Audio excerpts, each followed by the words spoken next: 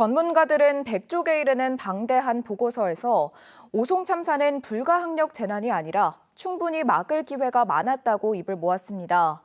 김영한 충북지사는 중대재해처벌법 위반, 이범석 청주시장에게는 업무상 과실치사를 적용할 수 있다는 검토 결과도 발표했습니다. 김대웅 기자입니다.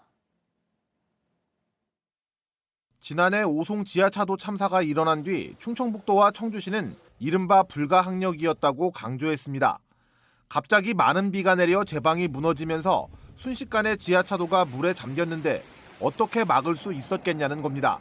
천재지변에다가 또 제방이 붕괴되는 상황, 예측하지 못한 상황에서 우리 도 공무원들이 밤잠을 설쳐가면서 재난을 위해서 노력을 했습니다. 하지만 각계 전문가로 구성된 시민진상조사위원회는 불가항력이 아니었다고 잠정 결론을 내렸습니다. 100페이지에 이르는 보고서 곳곳에는 충분히 막을 수 있었던 사고였다고 기록됐습니다.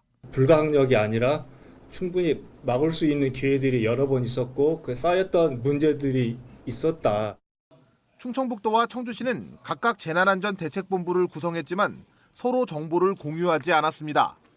사고 당일 새벽 4시 10분 미호천교에 홍수경보가 내려졌고 2시간 뒤인 6시 34분에는 계획 홍수위에 도달했지만 청주시는 충청북도에 이 같은 사실을 전달하지도 않았습니다. 사고 장소인 궁평이 지하차도 통제 요건에 수위가 도달했지만 당일 아침 충청북도 재대본 회의에서는 관련 논의가 없었고 도로 통제가 필요하다는 판단도 없었습니다. 119와 112로 이어진 주민과 관계자들의 신고 역시 재해대책본부로 전달되지 않았고 제방 붕괴 이후 지하차도 침수까지 30분이 넘는 골든타임은 그대로 방치됐습니다. 자신들에게 주어지는 위험 신호들을 모두 다 무시했습니다. 위험 정보들을 모두 다 차단하고 그리고 심지어 그 위험 정보들에 대해서 굉장히 자의적으로 판단하게 됩니다. 김영한 지사를 비롯해 환경부 장관과 행복청장에게는 중대재해처벌법을, 이범석 청주시장에게는 업무상 과실치사를 적용할 수 있다는 검토 결과도 나왔습니다. 어떤 담당 주무관이나 그 위의 상급자뿐만이 아니라 결국에는 그 사람들이 제대로 일을 하게 해야 되는 통제하고 관리해야 되는 책임을 제대로 하지 못했다. 각 기관들이 정확한 자료를 공개하지 않고 조사에 협조하지 않아 민간 차원의 조사에는 한계도 뚜렷합니다.